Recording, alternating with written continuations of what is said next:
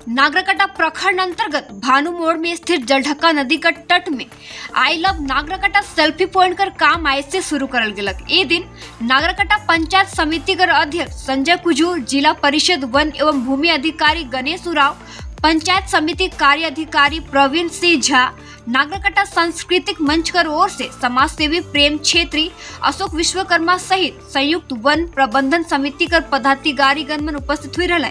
प्राप्त जानकारी अनुसार पंचायत समिति कर ओर से 10 लाख रुपया कर लागत से I love Nagrakata selfie point बनल जाए। देखो पूरा रिपोर्ट।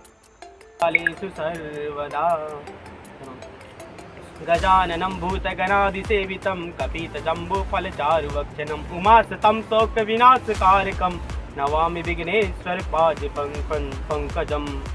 সবাই আলোচনা করছি যেহেতু ট্যুরিজম ক্ষেত্রে বলতে চাপড়ামারি আমাদের নাগরকাটা ব্লকে পড়ে, আর সব লাটাগুড়ি থেকে টিকিট হয়, লাটাগুড়ি থেকে গাড়ি আসে। তো আমাদের এখানে ছেলেগুলো সবাই বলছে চাপড়ামারিটা যেন আমাদের নাগরকাটাতে কাউন্টার থাকে, এখান থেকে লোকজন যায়, ওটা একটা পরিকল্পনা আমরা করছি।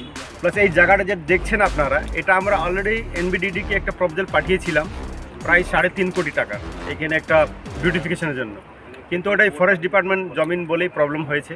আমরা গণেশদাকে বলেছি, এটা জেলা ভূমি কর্মদক্ষকে, ওরা ডিএফওর সাথে কথা বলবে, হয় ওরা করুক, নাহলে আমাকে করতে দিই। ওটা যদি আলোচনার মাধ্যমে একটা সলিউশন বের হয় তাহলে এখানে কিন্তু বিউটিফিকেশন খুব সুন্দর হবে। আর আমাদের হিলা বাগানে একটা প্রজেক্ট আমরা দিয়েছি অলরেডি বিডিও অফিস থেকে, সমিতি থেকে, ওটাও হওয়ার চান্সেস আছে যদি হিলা বাগানে আমরা হোমস্টে করার একটা পরিকল্পনা করেছি পঞ্চায়েত সমিতি থেকে।